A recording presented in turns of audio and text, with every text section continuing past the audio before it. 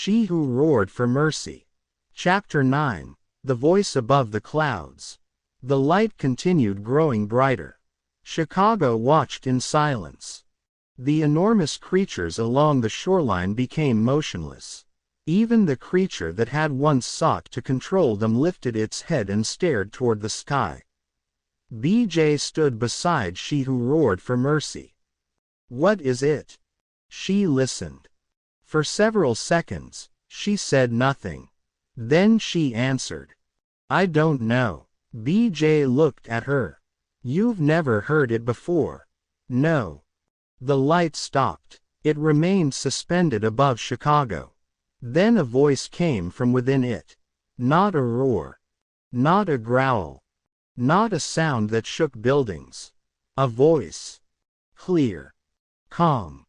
Almost human. B.J. Mayfield.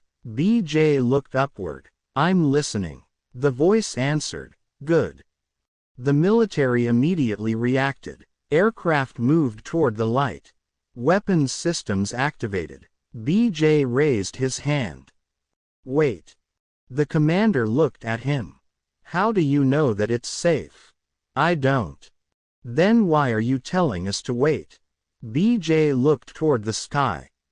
"Because it hasn't attacked." The commander hesitated. B.J. continued. "If we respond to every unknown thing with weapons, we'll never discover what it is." The commander lowered his hand slightly. "Then what do you suggest?" "We listen." The commander sighed. "Again." B.J. smiled. "Yes, again." The voice spoke. "I have watched your city." B.J. answered. "How long?" "Long enough." "Why?" A pause. "Because something has changed." B.J. looked toward the creatures. "What changed?" "You." B.J. frowned. "Me?" "You taught creatures who hated one another to listen." B.J. remained silent. The voice continued. "You taught them that fear does not have to become violence." B.J. looked toward She Who Roared for Mercy. She was listening too. The voice continued. "You taught them mercy." B.J. shook his head. "No, I just told them the truth of God's word." The voice became silent. B.J. continued. "I didn't teach them mercy." He looked toward the creatures. "They taught themselves." The voice asked. "Then why did they listen to you?" B.J. thought carefully. "Because I listened to them first." The voice responded. "That is rare."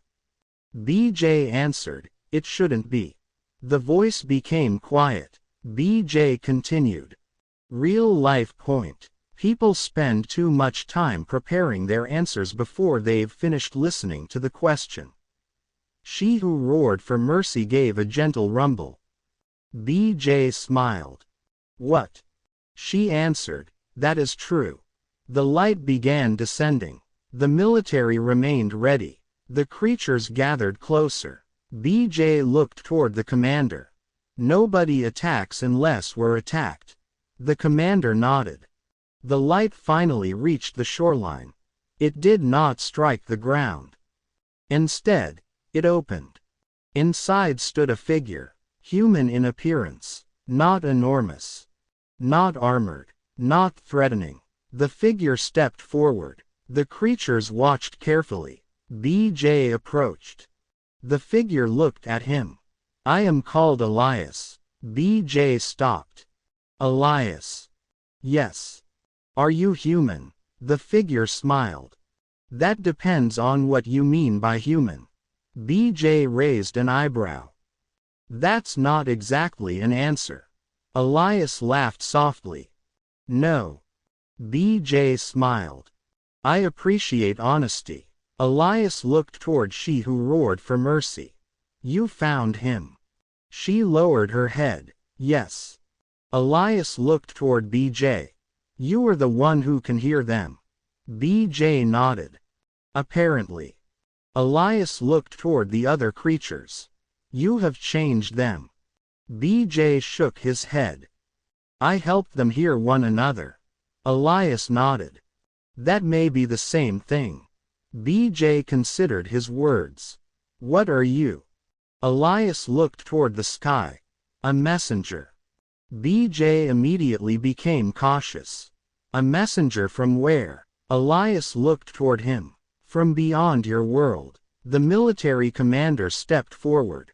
Are you extraterrestrial? Elias smiled. Your word would be sufficient. BJ remained calm. Why are you here? Elias looked toward the creatures.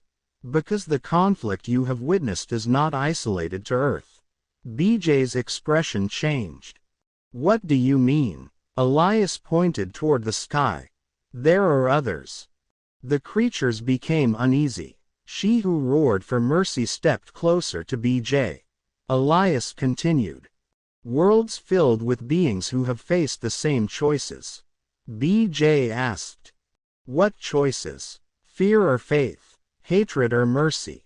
Control or freedom? Revenge or forgiveness? BJ became silent. The words sounded strangely, and at the same time not so strangely familiar. Elias continued. Your world is not the first to face these questions. BJ looked upward. Then what happens to worlds that choose fear? Elias answered. They destroy themselves. BJ looked toward Chicago. And worlds that choose peace? Elias smiled. They survive. The military commander looked skeptical. Why should we believe you?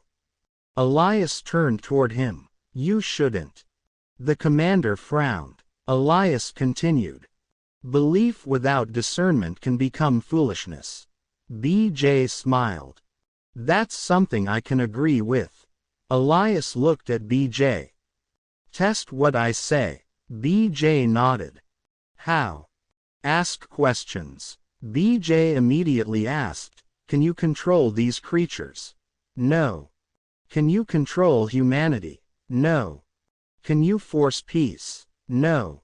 Can you stop the creatures from choosing violence? No. BJ paused. Then what can you do? Elias answered, warn you. The answer settled over the shoreline.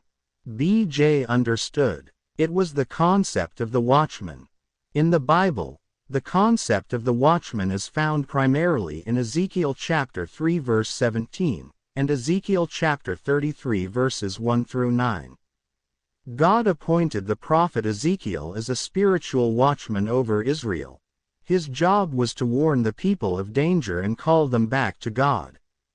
The mission of a watchman is to warn, not command. A warning was not a command. It was information. The choice remained theirs. Elias continued. Your world is approaching a decision. BJ asked. What decision? Whether the peace you created is temporary. He looked toward the creatures. Or whether it becomes a way of life. BJ nodded. What happens next? Elias looked toward the horizon. Others will come. She who roared for mercy became tense. BJ noticed. How many? Elias answered, enough. BJ sighed. That's not very comforting. Elias smiled. It was not intended to be. The next morning, Chicago began changing. Scientists created a communication center. Military officials established protected zones. Community leaders of many talents and much experience began meeting. Researchers studied the creatures, and people began asking questions, especially within themselves. Could we as humanity coexist with beings that were larger than buildings? Could trust be built between species? These same questions are asked by the author, Jesse Carnell Mayfield Jr. to himself, and to those who are listening in real life. Could fear be managed? Could peace survive? BJ became part of those conversations. But he refused to become the authority that everyone expected. I'm not the leader, he repeatedly said. I'm a listener. Some people understood, others did not. Some wanted him to speak for the creatures. Others wanted him to tell humanity what to do. BJ refused both. I can tell you what I hear. He looked toward the crowd. But I cannot, and I will not, whether in this fictional narrative, or in real life, make your choices for you. One afternoon, a group of children visited the shoreline. They had been kept away from the creatures for safety. Now, carefully supervised, they were allowed to see She Who Roared for Mercy from a distance. One little girl looked at BJ, and asked, "Is she still a monster?" BJ smiled. "She's still enormous." The girl laughed. "Yes, she is. But is she a monster?" BJ thought. When the young ones ask, they expect the truth. Sometimes, what we call a monster is simply something that we haven't understood yet. The girl looked toward She Who Roared for Mercy. "Does she know we're here?" BJ nodded. "Yes." "Can she hear me?" "Probably." The girl waved. She Who Roared for Mercy slowly raised her enormous hand and waved back. The children laughed. For a moment, there was no fear. Only wonder. BJ watched quietly. He realized something. Perhaps this was where peace really began. Not with governments. Not with weapons. Not with treaties. But with a child looking at something frightening and choosing curiosity before hatred. That evening, BJ stood beside the lake. Elias appeared beside him. "You are tired." BJ laughed. "That's an understatement." Elias smiled. "You carry much responsibility." BJ shook his head. "I carry only what I can." Elias nodded. "That is wisdom." BJ looked at him. "Can I ask you something?" "Yes." "Why me?" Elias remained silent. BJ continued. "Why can I hear them?" Elias looked toward She Who Roared for Mercy. Real-life reflection. Because over time, and through the scriptures, you have learned to listen before you judge. BJ thought about that. Elias continued. "But there is more." "What?" "You are not merely hearing their voices." BJ waited. "You are hearing what fear is trying to hide." BJ became quiet. "And what is that?" Elias looked toward the creatures. "That even the frightening can be afraid." BJ looked across the lake. She Who Roared for Mercy was watching the sunset. The city behind them was beginning to heal. For the first time, BJ felt something he had not allowed himself to feel since this began. Hope. Then Elias spoke again. "Do not become proud." BJ looked at him. "Why not?" Real-life reflection. Because the ability to hear can become dangerous when you begin believing you are always right. BJ nodded slowly. Elias continued. "Discernment requires humility." BJ remembered Proverbs chapter 3 verse 7. "Be not wise in thine own eyes." He smiled. "You're right." Elias nodded. "I know." Then the sky changed. The peaceful sunset suddenly became dark. The light that had brought Elias to Chicago disappeared. Every creature along the shoreline became alert. She Who Roared for Mercy looked toward the horizon. BJ stepped toward her. "What is it?" She whispered. "They are here." BJ looked upward. One light appeared. Then another.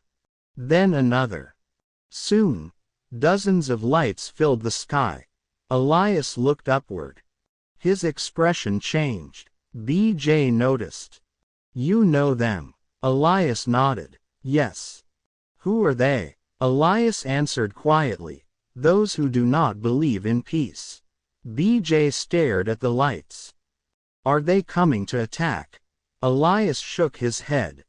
"Not yet." BJ frowned. "Then what are they doing?"